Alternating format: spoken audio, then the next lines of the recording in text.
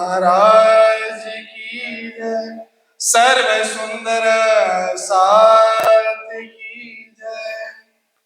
वंदो सतगुरु चरण को, करो सप्रेम प्रणाम। अशुभ हरण मंगल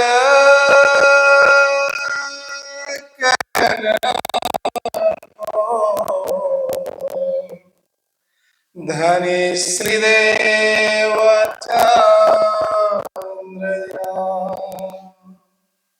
श्री प्राणनाथ निज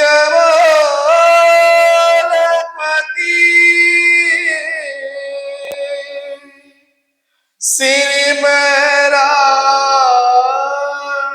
सुना तेज कुंवर श्याम जुगल को, पल पल करूं प्रणाम। पिया जी को पल पल करूं प्रणाम।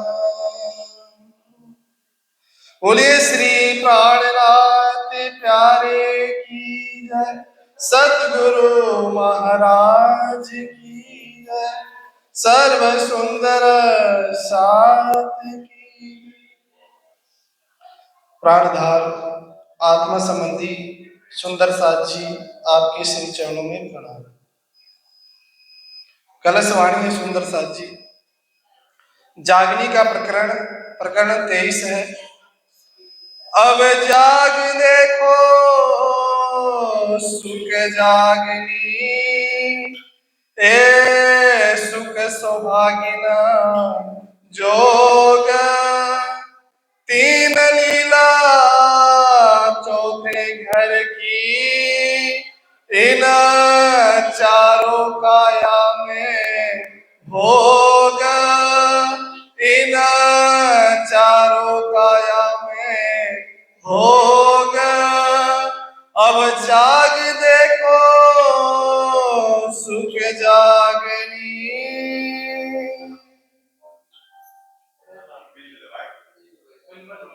प्राणधार सुंदर साथ जी श्री इंद्रावती जी के धाम में विराजमान अक्षरातीत पार ब्रह्म सच्चिदानंद, वह सभी की आत्माओं के मालिक इस कलम ग्रंथ के माध्यम से हम सबको जागने के विषय में बता रहे हैं। अब जाग देखो सुख जागनी।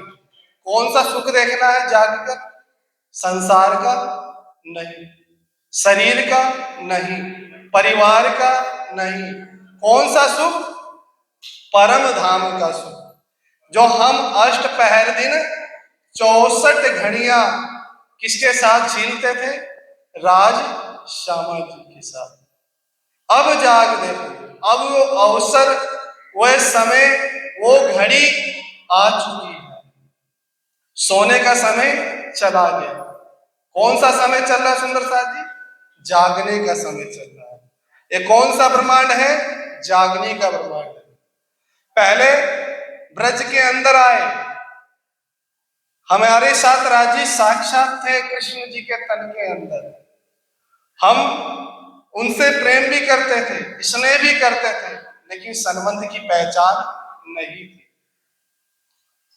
फिर रास के अंदर गए, वहां पर अखंड रास खेली, राजी हमारे साथ थे, लेकिन घर की सुध नहीं थी। अब कौन आया है? धनी देवचंद जी आए, अखंड का ज्ञान लेकर का। वाणी क्या कहती है? एते दिन त्रिलोक में बुद्धि बुद्ध सुपन असो बुद्ध जी जागृत बुदले प्रगटे पुरी नौतन। वो ज्ञान लेकर आए। कौन सा ज्ञान? इस संसार से परे, बेहद से परे जो अक्षरातीत का जो घर है, जो धाम है, वहां का ज्ञान ला करके सबको पहचान दी कि तुम इस संसार के नहीं हो, तुम कहां के हो, परम धाम के हो। सबने पहचान भी करी कि हमारे सतगुरु महाराज धाम के धनी हैं। परम धाम की बातों को सुनकर रोते भी थे। ब्रज की लीला को सुनकर इंद्रावती जी की आंखों से भी आंसू आते थे कि तुम जब वर्णन करते हो तो मेरी आंख के आंसू निकलते हैं। लेकिन 1712 के अंदर जब सतगुरु महाराज के अंतर ध्यान होता है तो वही सुंदर सा जो धाम धनी को अपना कहता था, वो संसार के मोह में उस सतगुरु को भूल जाता है जो रास्ता बता के गए थे कि मेरी वासना तुम चलो अगम के पार। उस रास्ते को भूलकर माया के काम में लग गए, अपने धनी के उस वचन को भूल गए। अब कौन आया है? मेहराज जी का तन है, इंद्रावती की आत्मा है, और कौन विराजमान है? स्वयं अक्षरातीत विराजमान है। 1722 के अंदर जयाराम भाई कंसारा के घर पधारते हैं, और जयाराम भाई कंसारा धनी देवचंद जी के समय के सुंदर साथ हैं, खासल खास ब्रह्म सृष्टि है, लेकिन उनको पूर्ण पहचान नहीं हो सकी कि उस तन के अंदर कौन था, उस तन के अंदर लीला करने वाला कौन था, ये पहचान नहीं हो सकी। इंद्रावती जी ने भी षट ऋतु के अंदर विरह में गाया है कि धनी मैं आपको खाली सतगुरु मानते रही, लेकिन आपके अंदर कौन विराजमान है उसकी पहचान मुझे भी नहीं। पहचान कब हुई? जब मेरे अंदर वो विरह उमड़ा, वो दर्द उमड़ा, वो कष्ट आए, और मेरे हृदय को जब द्रवित किया तो मैंने हृदय में टटोल के देखा कि आपका तन तो धनी देवचंद जी का था, लेकिन उस तन के पीछे आप ही थे। परमहंस महाराज श्री राम रतन दास जी, तन के पीछे तो सब लोग पड़े रहे, उनके होने वाली आड़का लीला के पीछे सब लोग भागते रहे कि सतगुरु महाराज के चमत्कार के पीछे सबने नमस्कार किया, लेकिन उन्होंने कहाँ का ज्ञान दिया, कहाँ का संबंध बताया, उनके तन के अंदर कौन विराजमान था, आज किसी को पहचान नहीं। कोई कुछ सुनाता है, कोई कुछ बहकाता है, उसके पीछे हम हो लेते हैं। लेकिन सतगुरु महाराज ने, जैसे महाराज जी ने बताया कि ये जो वाणी है अपने सिर पर पन्ना जी से पैदल चलकर हम सब सुंदर साध के लिए लाए। वो चाहते तो राज्य को अकेले रिझा सकते थे, लेकिन वो वादा भी तो उन्होंने किया था कि 100 बेर देखो अजमाए के तो भी ना भूले हम, तू भूले तो मैं तुझे दूं जगाए। ये वादा हम सब ने किया था। उसी कोल को देखते हुए महाराज श्री जी ने इस क्षेत्र के अंदर, यूपी के अंदर, इतनी आबादी वाला क्षेत्र, उस यूपी के अंदर, पश्चिमी यूपी के अंदर तारतम रूप प्रकाश लेकर आए और सबको पहचान कराई कि मैं तुम्हारे लिए साक्षात परमात्मा लेके आया हूं। पहचान लो, सावचेत हो जाओ कि तुम्हारे धनी आए हैं जगाने के लिए। लेकिन हम संसार को महत्व दिए, शरीर को महत्व दिए, और अपने सतगुरु महाराज के वचन को ध्यान नहीं दिए। इसीलिए वाणी कह रही, अब जाग देखो सुख जागनी। कौन सा सुख, और जागना कैसे? क्या बिस्तर से उठ जाना ही जागनी है, या रात्रि में सो जाना खा पी करके और सुबह उठ जाना जागनी? नहीं, ये तन की जागनी है। और जीव ज्ञान से जाग जाए तो जीव की जागनी है, और आत्मा अपने प्रियतम से मिल जाए, ये आत्मा की जागनी। 3 स्तर पे जागनी होती है। एक तन की जागनी जो हम बिस्तर से उठते हैं, एक जीव की जागनी जब जीव भी ये भाव ले कि मैं उस परमात्मा का अंश हूं, उस परमात्मा की कृपा मेरे ऊपर हुई है और मेरे वही प्रियतम है, तो जीव की जागनी। अभी हम जो भी कर रहे हैं, जो बंदगी कर रहे हैं, सेवा कर रहे हैं, जो कुछ भी उपाय कर रहे हैं अपने आप को जगाने का, भी ये जीव कर रहा है। ये जीव के धरातल पे हो रहा है। आत्मा के धरातल पे कब होगा? जब हमारे अंदर ये विचार आएगा, धनी और मेरे में कोई अंतर है ही नहीं। इसलिए चौपाई लिखी है, ध्यान से देखिए। गुरु कंचन गुरु पारस, गुरु चंदन परिणाम, तुम सतगुरु दीपक भय कियो जो आप समान। गुरु चंदन है, गुरु पारस भी है, गुरु परमान भी है, निश्चित है, लेकिन साचा सदगुरु तो बहुत ही कम मिलते हैं। जब तक व्यक्ति सामने होता है तो बुरा होता है और आंखों से ओझल होता है तो वही खुदा होता है। सतगुरु महाराज ने सबकी बाजू पकड़कर माया से निकालकर धाम की राह बताई, लेकिन आज हम सतगुरु के वचन को भूलकर माया के चक्कर में, अपने धनी के वचन को भूलकर माया की अज्ञानता में सो रहे हैं।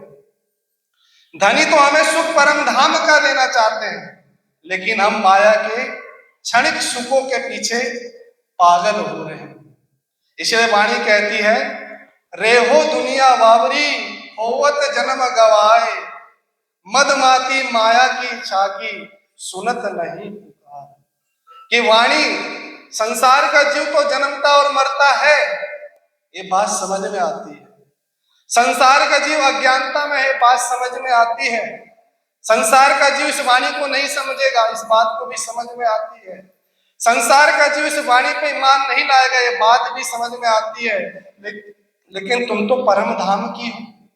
तुमने वादा क्या किया था कि धनी एक बार नहीं 100 बेर, एक बार नहीं 100 बेर। और महेश्वर तंत्र में क्या लिखा है? सर करा कर करा नामृतम विषम भवेद, चिंतामणि ना पाषण ना रजनी रता भवेद। कि जिस प्रकार खांड बालू नहीं हो सकता और अमृत कभी विष नहीं हो सकता, चेतन कभी जड़ नहीं हो सकता और प्रिय कभी अप्रिय नहीं हो सकता, ऐसे मेरे प्राणेश्वर हम उस संसार में जाएंगे लेकिन आपको हम भूलेंगे नहीं। लेकिन हम जब इस माया में आए, इस परिवार में आए और मनगढ़ंत देवी देवताओं की आग पानी पत्थर पूजने लगे और धनी का पैगाम आया, सदगुरु स्वरूप धारण करके आए, तो हमने क्या जवाब दिया अपने सतगुरु महाराज को? समझाए समझे नहीं, माने नहीं फुरमान, कौन कहे हम तुम अपनी असल पहचान। कि आप कौन हो, कहां से आए हो और ये बातें हमें क्यों सुना रहे हैं? हमारे सतगुरु महाराज ने हमारे लिए कितने कष्ट सहे। क्या कभी उनको 56 भोजन मिले जो आज हमें मिल रहे हैं? क्या कभी उन्होंने एसी कमरे में विश्राम किया? नहीं किया। क्या उन्होंने पंखे के नीचे बैठकर क्या राज्य का भजन किया? नहीं। जंगलों में, बिहड़ों में, यहां तक कि शरीर पे वस्त्र भी नहीं है। संसार के लोग ताना मारते हैं, तुम कैसे सन्यासी हो कि तुम्हारे ऐसे किसी से मांग नहीं सकते कि वस्त्र तक तुम्हारे पे हो जाए। तो सदगुरु महाराज का जवाब सुनते हो क्या कहते हैं? क्या उसको ये स्थिति नहीं दिखाई देती जिसके लिए मैंने घर छोड़ा, जिसके लिए परिवार छोड़ा, जिसके लिए मैंने संसार छोड़ा? क्या उसे ये स्थिति नहीं दिखाई देती? अगर मैं उससे मांगता हूं तो अपने प्रेम पे दाग लगाता हूं। अगर हम संसार की चीज अगर मांगते हैं राज्य से, हम उसको अपनी मेहनत से ही प्राप्त कर सकते हैं, कर्म से प्राप्त कर सकते हैं संसार की भौतिक चीजें। लेकिन धनी से मांगना क्या है? विचार ये चीज का है। धनी से क्या मांगना है? ना चाहूं मैं बुजुर्गी, ना चाहूं खिताब खुदाई, एक से दीजे मोहे अपना, मोहे आई सो मुद्दाए। धनी का प्रेम मिल जाए तो इससे बड़ी क्या चीज है? संसार के दौलत के लिए तो हर एक व्यक्ति पागल है, दिन रात कमा रहा है, कमाई कर रहा है, और धन के लिए भाई भाई एक दूसरे पे गोली चला रहा है, परिवार से झगड़ा कर रहा है स्वार्थ के लिए। लेकिन हमें धनी से क्या मांगना है? ये दरबार किसका है? क्या संसार के देवी देवताओं का, जो आप अपनी मन्नतें मांगे और तुम्हारी पूरी हो जाए? ये दरबार धनी का है, ये प्रेम का दरबार है, ये ज्ञान का दरबार है। यहाँ प्रेम मांगोगे तो प्रेम ही प्रेम मिलेगा। सेवा मांगो तो सेवा ही मिलेगी। यहां पर ये दरबार ऐसा है कि यहां पर कोई भी आएगा खाली हाथ नहीं जाएगा। संसार के भौतिक चीजें तो हमें मिल गई तो उसमें कौन सी बड़ी बात है। हमें तो वो दावा करना है जो ऋषि मुनि पीर पैगंबर साधक को सुनने को ये वाणी नहीं मिली, और इस पथरीले गांव के अंदर, इस वीरान के अंदर ये वाणी हमारे परमहंस प्रकाश लेकर आए। इस वाणी के अंदर अपनी पहचान है, इस वाणी के अंदर अपनी सुध है, इस वाणी के अंदर घर की पहचान है, इस वाणी के अंदर मैं कौन हूं, कहां से आया हूं, इसकी खोल है। हमने धनी से क्या बातें की थी, इस वाणी के अंदर है। अगर धनी सामने भी आ जाए और कहे कि तुम अखंड धाम की हो, तो हम उस कौल को नहीं माने। क्यों? क्योंकि ये शरीर और संसार आड़े आ रहे। चर्चा में तो हम आंसू भी बहाते हैं, विरह भी आता है, दर्द भी होता है, लेकिन चर्चा के बाद जब हम घर पे जाते हैं तो क्या वो दर्द, क्या वो पीड़ा रहती है? नहीं रहती। संसार सच लगता है, परिवार सच लगता है, धनी झूठे लगते हैं। जिस दिन धनी सच लगेंगे, जिस दिन धनी प्रिय लगेंगे, तो संसार का सुख कैसा लगेगा? अग्नि के समान लगेगा। रास मंडल के अंदर क्या हुआ? नए स्वरूप ने वृंदावन ना जमुना तट साल, और धरती तीत ब्रह्मांड से अलगो तारतम की दनिलाल, कि वहां पर एक एक पत्ते में, एक एक रेसे के अंदर, कण कण में करोड़ों सूर्य का प्रकाश था। उस रास मंडल में चेतन है, अखंड है, अविनाशी है। राजी ने पूछा, सखियों ये वृंदावन कैसा लगा? तो सखियों ने क्या जवाब दिया कि ब्रज, ये रास मंडल अच्छा तो लगा, लेकिन आग की लपटों के था जैसा लगा। बोला ऐसा क्यों कहती हो? बोला धनी यहां सब सुख सुविधा है, परम धाम की परछाई तो है, लेकिन आपकी जुदाई हमें सहन होती नहीं। आज हमें कितने वर्ष हो गए? 400 वर्ष हो गए। धनी की वाणी बार बार पुकार कर रही है, अलार्म बजा रही है कि है सुंदर साथ जी, अब तो जाग जाओ। कब तक सोते रहोगे? क्या ऐसा ही अपने तन को पूरा करोगे? जो कभी जवान थे आज वृद्ध हो चुके हैं, जो जवान हैं वो भी वृद्ध हो जाएंगे, और जो वृद्ध है मृत्यु की सैया पे लेट जाएंगे, और हाथ खाली का खाली चला जाएगा। ये उम्र, ये जवानी और ये जो हमें साधन मिला है, राज्य को रिझाने के लिए मिला। अभी इस शरीर में हम पुष्ट हैं, शक्ति है, तो हम राज्य को रिझा लें। अगर हमारी जागनी नहीं होगी तो राज्य ऐसे तन पे आत्मा को उतारेंगे जो ना चल सकती है, ना बोल सकती है। अपंग शरीर होगा तो कैसे भजन होगा? तो ये जो अवसर आया जागने का, ये अवसर जो आया रिझाने का, इस समय को पहचान लो कि तुम्हारे धनी साक्षात यहां पर आए। हम तन को देखते हैं कि वो तन है। परमहंस महाराज श्री राम रतन दास जी ने भूखे रह रहकर अपने धनी को रिझाया। पहाड़ों में घूम घूम कर, जंगलों में घूम घूम कर, जहां पर साधारण मनुष्य नहीं जा सकता, ऐसे घने जंगल में किसको आवाज लगा रहे थे? आंखें बंद करके किसको देख रहे थे? किसकी आस थी, किसकी प्यास थी धनी के लिए? परमहंस महाराज क्या कहते हैं? दे भरोसा ना रहे पिया मिलन की आस। कि अगर धनी को पाने के लिए मैं अगर घर से निकला हूं, मेरे प्राण भी छूट जाए, तो भी यह सच्चा सौदा है। ये प्राण किसके लिए मिले? अपने धनी को पाने के लिए। रात गवाई सोई, दिवस गवाया खाए, हीरा जन्म अनमोल है, कोड़ी बदले जाए।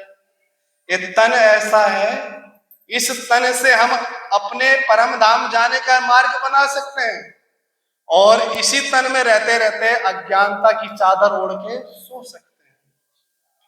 राजी ने इस वाणी के अंदर, इस प्रकरण के अंदर सब सुंदर साथ को सावचेत कर रहे हैं कि जाग देखो सुहागिनी है, सुख सुहागिनी जो ये वाणी किसके लिए है? ये कौन सुनेगा? ये वचन कौन सुनेगा? इस वचन को, इस वचन को कौन अपने माथे पे लेगा? इस वचन को कौन अपने चित्त में धारण करेगा? और इस वचन पे कौन चलेगा? ये किसके लिए आई है? इस गांव में क्या इतने ही लोग हैं जितने मंदिर में?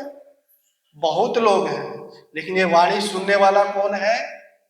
जिसकी निस्वत है, जिसका संबंध है। बगैर संबंध ना पाइए कोटिन करे। अच्छा, सेवा पूजा में रोज रोज करोड़ों जप तप करने के बाद जो सुख नहीं मिलता, ये वाणी सुनने को नहीं मिलती, वो आज आपको बैठे बैठे ये सुख मिल रहा है। धनी ने आपको वाणी दी, धनी ने आपको पहचान दी कि अब जागो, लेकिन हम धनी के वचन को अनसुना कर रहे हैं। वाणी क्या कहती है? अगर मैं इस शब्द को, इस वाण रूपी शब्द को अगर केले के वृक्ष पे मारूं तो भी छेद हो जाए, लेकिन ये वचन जो अपने को परम धाम की दावा लेने वाली सुंदर सात हैं, उनको मारूं तो छेद होने वाला नहीं है, क्योंकि हमारा हृदय पत्थर हो चुका है। श्रृंगार वाणी में क्या कह रहे हैं? सवास तुम्हारे हृदय सकत, सवास तुम्हारे अरवाओं बेसुखी, कि तुम्हें सवासी है कि तुमने ये वचन नहीं सुने, सवासी है तुमने इस वचन को देखा नहीं, सवासी है तुमने अपने संबंध की पहचान नहीं करी।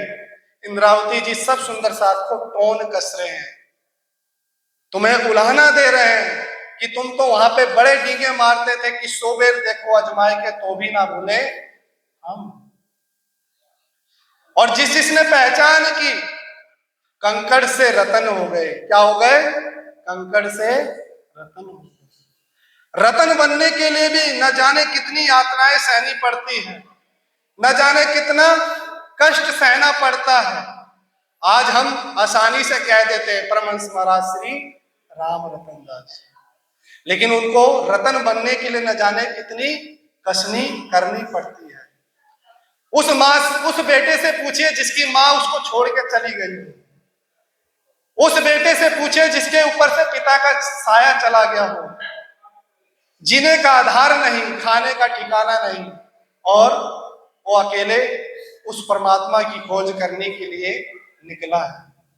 कभी भूखे रह रहा है, कभी मुट्ठी भर अनाज खाकर पानी पीकर सो गए, कभी गुड़ खा लिया तो पानी पीकर सो गए, कभी कहीं जाकर सेवा कर ली तो कुछ मिल गया तो खा लिए।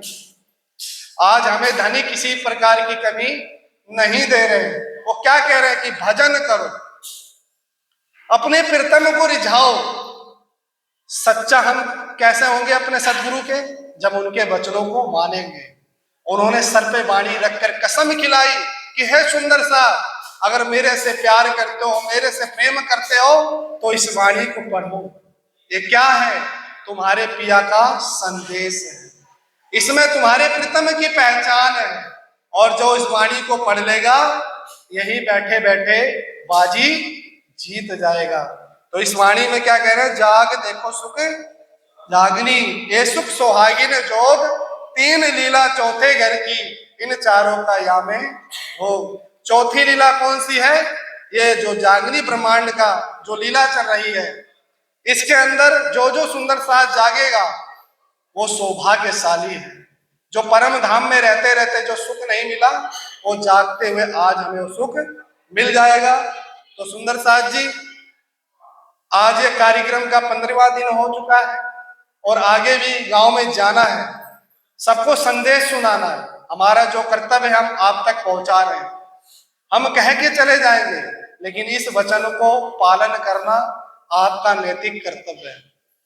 कहनी सुननी सब गई रात में, आया रहने का दिन। कहते कहते तो सारी उम्र चल गई, और न जाने हम कितने जन्म से पीढ़ी से प्रणामी थे, और आगे भी प्रणामी बनते चले जाएंगे, लेकिन बाजी वही जीतेगा जो धनी के कदम पे चलेगा। जैसे विनोद जी महाराज ने कहा कि धर्म कहने से नहीं चलने से तय होता है, उसी प्रकार वाणी कहने से नहीं चलने से होता है। तो सुंदर साथ जी, आपके चरणों में यही अर्ज विनती है, आप हमें कुछ मत दीजिए, आप हमें पानी भी नहीं पूछेंगे तो भी हम नहीं लेंगे, लेकिन हमारे कहने से इस वाणी को अवश्य पढ़िए, ताकि आप जो उस घर को भूल गए हैं, आप जो अपने प्रियतम को भूल गए, ताकि आप यहाँ पे उस प्रीतम को पहचान कर यहाँ पे कष्ट से हटकर धनी के सुख ले। तो सुंदर साथ जी सभी मिलकर चौपाई दोहराएंगे। बोलिए श्री प्राणनाथ प्यारे सतगुरु महाराज। अब जाग देखो सुख जागनी,